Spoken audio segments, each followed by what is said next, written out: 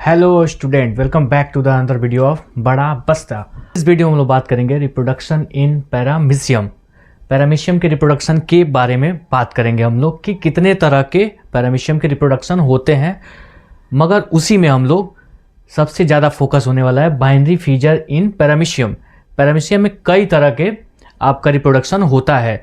Binary fission asexual reproduction है, sexual reproduction भी होता है पैरामीशियम में, जिनको हम लोग आगे के नेक्स्ट पार्ट्स में पढ़ेंगे। तो जो नोट्स होने वाला है हम लोगों का वो आपका हिंदी वालों के लिए भी होगा और इंग्लिश वालों के लिए। इंग्लिश वाले फर्स्ट लाइन पे फोकस करेंगे और सेकेंड जो लाइन होता है या पैराग्राफ होता है वो हिंदी वालों के लिए। तो दोनों यहाँ पे पढ़ सकते हैं। यहाँ पे पैरामीशियम का पूरा प्लेलिस्ट बनेगा, तो नीचे आप डिस्क्रिप्शन जरूर चेक कर लीजिएगा, क्योंकि इसका नोट्स भी आपको टेलीग्राम पे पूरा हूबहू मिल जाएगा पैरामीशियम का। कोई भी चिंता करने की बात नहीं है, सिर्फ आप चैनल को सब्सक्राइब करिए और प्लीज़ आगे रिकमेंड भी करिए ताकि हम लोगों को मोटिवेशन मिले वीडियो बनाने में।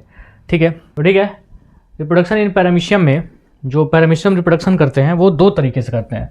सब में होता है जैसे कि एसेक्सुअल रिप्रोडक्शन और दूसरा रिप्रोडक्शन होता है सेक्सुअल। दोनों तरह का रिप्रोडक्शन ये करते हैं, ठीक है, अपनी संख्या बढ़ाने के लिए। एसेक्सुअल भी होगा और सेक्सुअल भी होगा। एसेक्सुअल में इनको ज़्यादातर क्या करते हैं, ये बाइनरी फिजन करते हैं। बाइनरी फिजन करते हैं कब? जब परिस्थितियाँ इनके अनुकूल हो, इनके हिसाब से अगर परिस्थितियाँ हो, अगर ये इंजॉय है, मोमेंट इंजॉय कर रहे हैं, मस्ती में जी रहे हैं, पार्टी कर रहे हैं, तब ये इनका फेवरेबल जो कंडीशन होता है उसमें ये क्या करते हैं, बाइनरी फिजन। तो इसको हम लोग आज पढ़ने वाले हैं एसेक्सुअल मोड को। सेक्सुअल मोड में क्या क्या मिलता है आपको? तो सेक्सुअल मोड में ये क्या करते हैं, इनके अंदर न्यूक्लियस होता है, तो उस न्यूक्लियस को किसी दूसरे पैरामीशियम के साथ अपना एक्सचेंज करते हैं, या खुद से ही क्या करते हैं, वो न्यूक्लियस को तोड़ के आपस में ही रीअरेंज कर लेते हैं। तो इनमें वो मेथड कौन कौन सा होता है? पहला होता है आपका कंजुगेशन, दूसरा है इंडोमिक्सिस और तीसरा है ऑटोगैमी। तो ये पहला, दूसरा और तीसरा ही, इनको हम लोग कहाँ पढ़ेंगे? रिप्रोडक्शन इन पैरामीशियम के पार्ट 2, 3 और 4 में पढ़ेंगे। इस वाले में हम लोग मेनली फोकस करेंगे बाइनरी फिजन, जो कि एसेक्सुअल रिप्रोडक्शन है पैरामीशियम में, उसको हम लोग देखेंगे इसमें। ठीक है, तो चलिए हम लोग बाइनरी फिजन को देख लेते हैं। तो बाइनरी फिजन इन पैरामीशियम, पैरामीशियम में द्विखंडन, ठीक है, कैसे होता है बाइनरी द्विखंडन? मतलब एक पैरामीशियम दो में टूट जाता है, जिसकी वजह से क्या है, इनकी संख्या बढ़ जाती है, रिप्रोडक्शन बढ़ जाता है। तो पहले बाइनरी फिजन जब ये करते हैं तो क्या करते हैं? Initial change during binary fission. Binary fission करते समय ये कौन सा चेंज है इनके में पहले होती है? तो पैरामीशियम क्या करता है? पहले पैरामीशियम क्या करेगा? Stop feeding. ठीक है, पैरामीशियम अपना खाना पीना रोक देता है। Paramecium stop feeding. फीडिंग मतलब जो भी इनका भोजन लेना होगा वो भोजन लेना बंद कर देगा जब इनको रिप्रोडक्शन करने जाना होगा बाइनरी फिजन। तो दूसरी बात क्या करता है? The oral groove and oral structure disappear. ये क्या होता है? तो जो ये पैरामीशियम आप देख रहे हैं, इसका यहाँ पे माउथ होता है, ठीक है, जिसको हम लोग क्या कहते हैं? ओरल ग्रूव कहते हैं। क्या कहते हैं? ओरल ग्रूव कहते हैं। तो ओरल ग्रूव और यहाँ के आसपास के जो खाने पीने वाले स्ट्रक्चर है यहाँ पे, ये आपका क्या हो जाता है? डिसअपियर हो जाता है, गायब हो जाता है।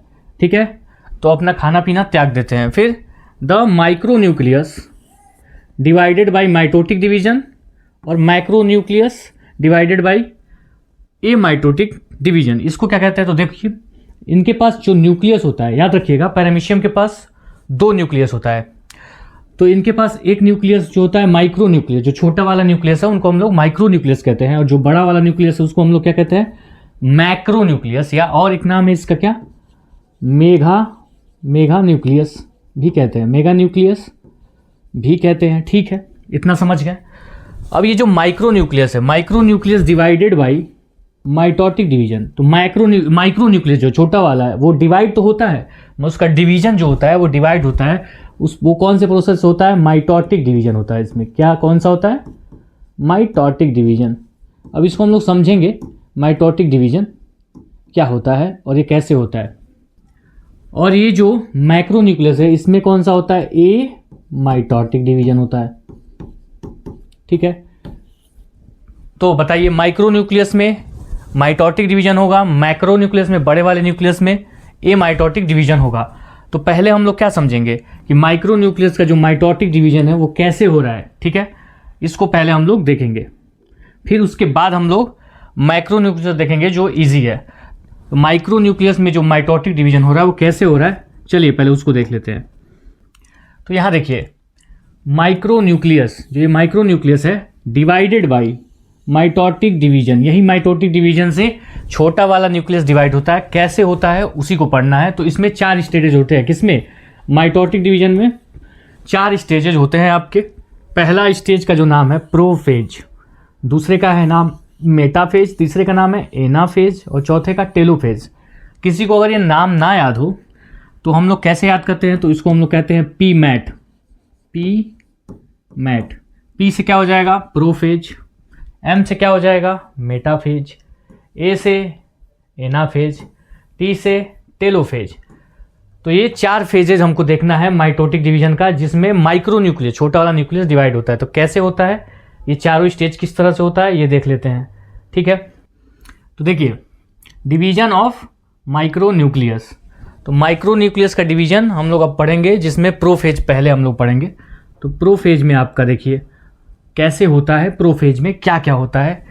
मेनली आपको माइक्रोन्यूक्लियस का डिवीजन, जो माइटोटिक डिवीजन है, अगर इसको पढ़ लिए तो ये आपका क्या होगा, लगभग कंप्लीट हो जाएगा। तो टेंशन ना लीजिएगा, कोई बहुत बड़ी बात नहीं है, इजी लैंग्वेज में हम समझा देंगे। तो पहला माइटोटिक डिवीजन का पहला फेज है प्रोफेज। इसमें क्या होता है तो देखिए, chromatin become short and thick and condense into visible chromosomes. इसका मतलब, तो जो आपका न्यूक्लियस है, यहाँ पे देखिए, यहाँ पे आपको दिख रहा है माइक्रोन्यूक्लियस, आप दिख रहा है ये वाला छोटा वाला न्यूक्लियस, यही डिवाइड हो रहा है। यहाँ पे कैसे हो रहा है, तो ये जो आपको देखिए यहाँ पे आपको न्यूक्लियस के अंदर फाइबर जैसा स्ट्रक्चर दिखता है, जिसको हम लोग क्या कहते हैं, क्रोमैटिन। क्या कहते हैं हम लोग बाबू? क्रोमैटिन। तो बच्चा लोग ये क्रोमैटिन आपको दिख रहा है, फाइबर जैसा स्ट्रक्चर में है। तो जब प्रोफेज स्टार्ट होता है तो ये जो फाइबर होते हैं ये कंडेंस होते हैं, जमने लगते हैं और एक रूप में, एक संरचना में आ जाते हैं। कंडेंस होने के, शॉर्ट होते हैं, छोटे होते हैं, थोड़ा थिक मोटे होने लगते हैं और कंडेंस हो जाते हैं। जमने के बाद ये आपका किस स्ट्रक्चर में दिखते हैं? यहाँ पे आप देखिए ये स्ट्रक्चर दिख रहा है। तो ये अपने असली रूप में आ जाते हैं, जिनको हम लोग क्या कहते हैं बच्चा लोग? क्रोमोजोम्स। इसको हम लोग क्या कहते हैं? क्रोमोजोम्स। तो ये यहाँ पे क्रोमोजोम्स की तरह रुकने लगते हैं। तो क्रोमैटिन फाइबर जो है वो बिकम शॉर्ट होता है, थिक होता है और कंडेंस हो जाता है। जमने के बाद विजिबल हो जाता है किसके रूप में? क्रोमोजोम्स के रूप में। नेक्स्ट पॉइंट क्या कह रहा है? The nuclear membrane and nucleolus disappear. तो यहाँ पे देखिए इसको क्या कह रहा है, तो देखिए ये आपका जो न्यूक्लियर मेम्ब्रेन है वो धीरे धीरे क्या होने लगेगा, यहाँ से टूट के डिवाइड होके इनविजिबल क्या हो जाएगा, गायब होने लगेगा। ठीक है, nuclear membrane and nucleolus disappear. और न्यूक्लियस के अंदर ही एक न्यूक्लियोलस होता है, वो भी आपका क्या हो जाएगा, डिसअपियर हो जाएगा। ये भी क्या हो जाएगा आपका, डिसअपियर हो जाएगा। न्यूक्लियर मेम्ब्रेन और nucleolus disappear and in spindle fibre began to form centrosome move to opposite pole. तो देखिए ये जो आपको छोटा सा दिख रहा है ये क्या है आपका, याद रखिएगा ये क्या है, सेंट्रोसोम। सेंट्रोसोम, ठीक है। तो क्या लिखा है आपका, spindle fibre began to form as centrosomes move to opposite poles. तो ये जो सेंट्रोसोम है ये एक है, ये अपना रिप्लिकेट हो जाता है, अपना ही जैसा डुप्लीकेट बनाता है और ये दो हो जाते हैं, एक यहाँ है और एक यहाँ, दो हो जाते हैं और दोनों अपना क्या हो जाते हैं, मूव कर जाते हैं अपोजिट पोल पे, न्यूक्लियस के अपोजिट पोल पे मूव हो जाएंगे और ये क्या बनाने लगते हैं, धागेनुमा संरचना बनाते हैं, जिसको हम लोग क्या कहते हैं, स्पिंडल या स्पिंडल फाइबर कहते हैं। ठीक है, स्पिंडल फाइबर बनाने लगेंगे। ठीक है, फिर से देखिए, तो न्यूक्लियस के अंदर धागे जैसा संरचना होता है जिसको हम लोग क्रोमैटिन फाइबर कहते हैं। क्रोमैटिन फाइबर जमने लगता है, थिक और शॉर्ट होता है और रूप ले लेता है क्रोमोजोम्स का। क्रोमोजोम्स यहाँ पे दिखने लगते हैं। उसके बाद यहाँ पे एक स्ट्रक्चर पाया जाता है सेंट्रोजोम। अब ये सेंट्रोजोम आपका क्या करेगा, सेंट्रोजोम आपका ये अपने ही जैसा डुप्लीकेट बनाएगा और ये अपोजिट पोल पे मूव ऑन करने लगेगा और मूव करके यहाँ पे आ जाएगा। तो दो सेंट्रोजोम बन जाएंगे और यहाँ से आपका धागे जैसा संरचना इनमें से निकलेगा, सेंट्रोजोम में से, जिसको हम लोग स्पिंडल फाइबर कहते हैं। ठीक है, नेक्स्ट फेज क्या है, मेटाफेज। मेटाफेज में क्या होता है, तो डिवीजन ऑफ माइक्रोन्यूक्लियस पढ़ रहे हैं जिसमें मेटाफेज में आपका क्या क्या दिखता है आपको, तो देखिए मेटाफेज में chromosomes get attach to nuclear spindle fibre. तो यहाँ से यहाँ से सेंट्रोसोम में से फाइबर जैसा संरचना निकल रहा था। अब ये इनको क्या करता है, अटैच कर लेता है। यहाँ पे देखिए पूरा सेंट्रोसोम में से स्पिंडल फाइबर ये निकल रहा है। ये क्या है बच्चा लोग, क्या है ये, स्पिंडल फाइबर। और स्पिंडल फाइबर इनको क्या कर लेता है, आपस में क्रोमोजोम्स को पकड़ लेता है। दूसरा क्या होगा, chromosomes get attach to nuclear spindle fibre. Spindle fibre में अटैच हो जाएंगे chromosomes. Chromosomes arrange themselves at equatorial plan.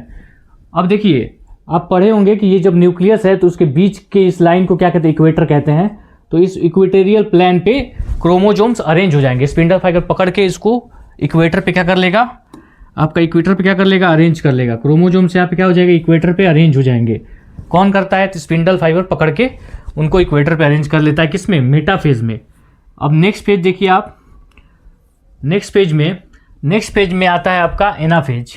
और एनाफेज में क्या होता है, तो एनाफेज में the two chromatids of each chromosomes के जो यहाँ पे क्रोमोजोम्स दिख रहा है, तो क्रोमोजोम्स के ये आधा क्रोमैटिड है, ये आधा क्या है, क्रोमैटिड है।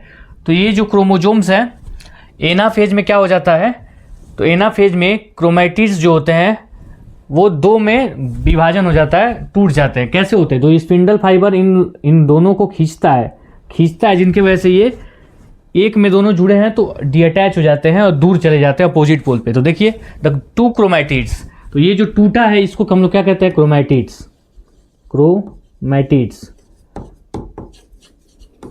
तो दो क्रोमैटिड्स है, आपस में से यहाँ पे टूट गए, एक क्रोमैटिड्स दूसरे पोल पे चला गया, एक दूसरे पोल पे। तो two chromatids of each chromosome, एक क्रोमोजोम्स में से आपका क्या हो गया, दो क्रोमैटिड्स बन गए। किसने, दो क्रोमैटिड्स बन गए। किसके वजह से, स्पिंडल फाइबर के खींचने की वजह से ये क्रोमैटिड्स अलग हो गए। एक क्रोमोजोम्स में से दो क्रोमैटिड्स अलग हो गए, separate from each other. They move toward opposite pole, और दोनों कहाँ मूव कर गए, अपोजिट पोल पे। एक ऊपर चला गया, एक नीचे चला गया। द न्यूक्लियस बिकम इलोंगेटेड, और न्यूक्लियस क्या है, इलोंगेटेड, खिंचाव होने लगा न्यूक्लियस में। देखिए यहाँ पे न्यूक्लियस में खिंचाव हो रहा है। हम लोग अभी भी क्या पढ़ रहे हैं, माइक्रो न्यूक्लियस में डिवीजन पढ़ रहे हैं, और उसमें क्या हम लोग क्या पढ़ रहे हैं, एनाफेज, जिसमें क्या हो गया है, अब क्रोमोजोम्स दोनों टूट के दो क्रोमैटिड्स में बट गए हैं, दोनों अपोजिट पोल में जाने लगे हैं। ठीक है, द न्यूक्लियस बिकम, और न्यूक्लियस भी क्या है, खिंचाव महसूस कर रहा है। अब आगे देखते हैं, तो अब इसमें क्या हुआ है, ये आपका देखिए टेलोफेज है, माइक्रो न्यूक्लियस डिवाइड हो रहा है और लास्ट स्टेज है टेलोफेज। इसमें क्या हो जाता है, तो chromatids get collected at the pole. ये क्रोमैटिड जो खींच गए हैं वो अपना क्या है, एक इधर पोल पे आ जाता है और एक दूसरे पोल पे आ जाता है टेलोफेज में। और the mother micro nucleus divided to form two daughter micro nuclei. और इसमें टेलोफेज में क्या है, मदर जो न्यूक्लियस होता है वो डिवाइड होके दो न्यूक्लियस में डिवाइड हो जाती है। तो यहाँ से क्या हो गया, ये माइक्रो न्यूक्लियस क्या हुआ, दो न्यूक्लियस में डिवाइड हो गया। तो माइक्रो न्यूक्लियस यहाँ पे क्या हो चुका है, डिवाइड हो चुका है दो डॉटर माइक्रो न्यूक्लियाई में। एक डॉटर माइक्रो न्यूक्लियाई ये हो गई, ये क्या है, इसको हम लोग कहते हैं डॉटर माइक्रो न्यूक्लियस। एक ये है और एक ये है, तो दोनों दो में टूट के दो डॉटर माइक्रो न्यूक्लियाई बना देते हैं। ठीक, अब यहाँ पे माइक्रो न्यूक्लियस डिवाइड हो चुका है। बात रही माइक्रो न्यूक्लियस की, तो अब हम लोग क्या देखेंगे कि माइक्रो न्यूक्लियस कैसे डिवाइड हुआ है। ओके, तो माइक्रो न्यूक्लियस में डिवाइड होने का सिंपल फॉर्मूला है, सिंपली डिवाइड होता है, जिसको हम लोग कहते हैं ए माइटोटिक डिवीजन। जैसे हम लोग मुंह से चिलगम निकाल लिए, कोई भी च्यूगम निकाल लिए, और च्यूगम को अगर हम लोग ऐसे खींचेंगे तो खींचने की वजह से वो डिवाइड हो गया ना दो में। सेम वैसे ही देखिए यहाँ पे ये वाला क्या है, माइक्रो न्यूक्लियस है, मैक्रो न्यूक्लियस है। और ये क्या हुआ है, जैसे ना खींचने पे डिवाइड हो रहा है, तो ये खींचने से ही क्या होता है, डिवाइड हो जाता है। द माइक्रो न्यूक्लियस या मेगा न्यूक्लियस डिवाइड हुआ बाय ए माइटोटिक डिवीजन। कैसे हुआ, it elongates and then break into two daughter micro nuclei. Elongate हुआ, लंबा हुआ, और खिंचाव की वजह से वो दो में टूट गया। तो माइक्रो न्यूक्लियस सिंपली ऐसे डिवाइड हो जाता है। ठीक है, तो माइक्रो समझ गए, माइटोटिक डिवीजन हुआ है 4 स्टेजेज में, और माइक्रो न्यूक्लियस ऐसे ही क्या हुआ है, आपका ए माइटोटिक डिवीजन से डिवाइड हो गया है। उसके बाद आगे का क्या होगा, जब माइक्रो और माइक्रो न्यूक्लियस डिवाइड हो जाएंगे तो देखिए क्या होता है यहाँ पे। तो यहाँ पे देखिए माइक्रो और माइक्रो न्यूक्लियस डिवाइड हो गए हैं। यहाँ पे देखिए ये हो गया आपका माइक्रो न्यूक्लियस हो गया, ये आपका क्या है बताइए, ये हो गया माइक्रो, और ये वाला क्या हो गया, मैक्रो न्यूक्लियस या मेगा न्यूक्लियस, ये डिवाइड हो गया। अब देखिए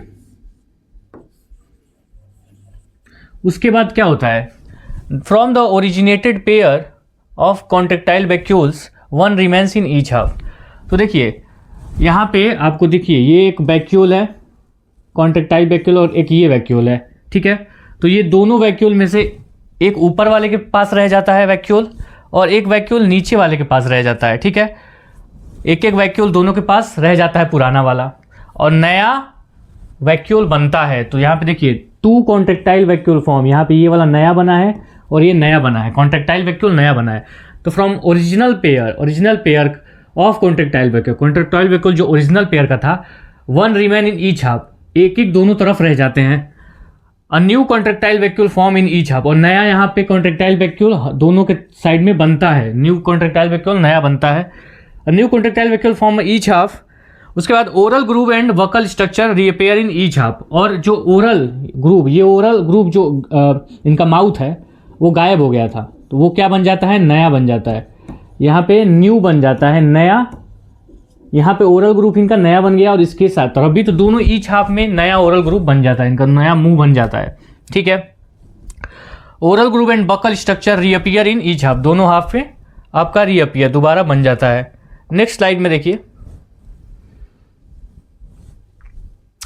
यहाँ पे देखिए नेक्स्ट स्लाइड में कि अब क्या होता है, ठीक है। न्यूक्लियस डिवाइड हो गया, ये न्यूक्लियस मेगा और माइक्रो न्यूक्लियस डिवाइड होकर नया 2 बन गए।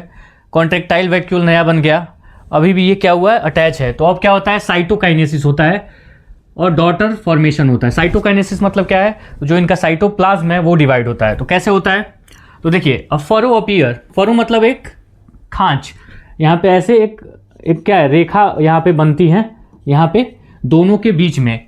तो एक फरो बनता है in the middle and move toward centre, और मिडिल में यहाँ पे बनता है, बीच में एकदम बनेगा और सेंटर की तरफ मूव करेगा। और जो खांच बनता है वही इनको क्या कर देता है, दोनों को अलग अलग डिवाइड कर देता है। The body divided into 2 daughter पैरामीशिया। तो यहाँ पे 2 डॉटर पैरामीशियम बन जाते हैं। अब यहाँ से खिंचाव बनेगा और यहाँ से आधा आधा हो जाएंगे। तो दोनों में देखिए यहाँ पे 2 डॉटर पैरामीशियम, एक ये और एक ये, डॉटर पैरामीशियम 2 बन जाती हैं। The daughter paramecium form from the interior of, बस इनका नाम याद रखिएगा, ये मत भूलिएगा। तो डॉटर पैरामीशियम बनेंगी जिसका इंटीरियर ऑफ, ऊपर वाला हिस्सा को हम लोग क्या कहते हैं, प्रोटर, और नीचे वाले हिस्सों को क्या कहते हैं, ओफिस्थे। तो ऊपर वाले को हम लोग कहते हैं, ये ऊपर वाली जो बनी है उसको कहते हैं प्रोटर, और जो नीचे वाला बना है उसको हम लोग कहते हैं ओपिस्थे। ठीक है, इतना समझ गए आप लोग। ओके, तो यही आपका यहाँ पे पैरामीशियम डिवाइड होके और 2 बन जाते हैं। इसके बाद हम लोग सेक्सुअल रिप्रोडक्शन पढ़ेंगे पैरामीशियम में, जिनका लिंक आपको पूरे प्लेलिस्ट का नीचे डिस्क्रिप्शन में मिल जाएगा। दूसरी बात, ये वीडियो आपको कैसा लगा है डिस्क्रिप्शन में ज़रूर बताइएगा। कुछ इंप्रूवमेंट चाहिए होगा, कोई टॉपिक नया आपको पढ़ना हो, या किसी भी तरह की कोई भी प्रॉब्लम हो, कमेंट जरूर करिएगा। चैनल को सब्सक्राइब करिए, आगे फर्दर बीएससी की पूरी क्लासेस यहाँ पे पढ़ाई जाती है। मिलते हैं आपसे अगले वीडियो में, तब तक के लिए बाय, टेक केयर।